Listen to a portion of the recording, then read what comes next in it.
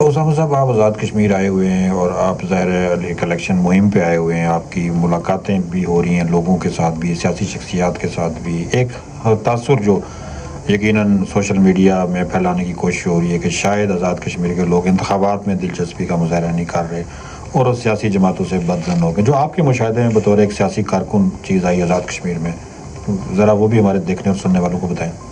دیکھیے، آزاد کشمیر کے حوالے سے میں چونکہ زیادہ یہاں نہیں پھر سکا. جتنا میں نے دیکھا ہے، جہاں جہاں جا کے میں نے دیکھا ہے اور جتنی میں نے میٹنگز یہاں پہ کی ہیں، ان میں مجھے ایک تاثر آیا کہ لوگوں کے اندر ایک ناراضگی تو ہے، لیکن ناراضگی اپنے سیاستدانوں سے ہے، اپنے دوستوں سے ہے.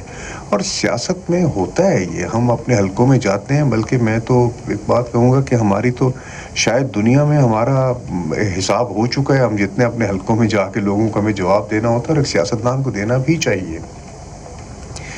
لیکن اس میں ایک چیز بڑی سمجھنے کی ضرورت ہے اس کی، کہ جو چیزیں عوامی فلاح کی ہیں ان کے اوپر ان کو احتجاج ریکارڈ کروانا چاہیے. انہوں نے کیا، اس کے اوپر عمل درآمد ہوا، اس کے اوپر کام ہوا.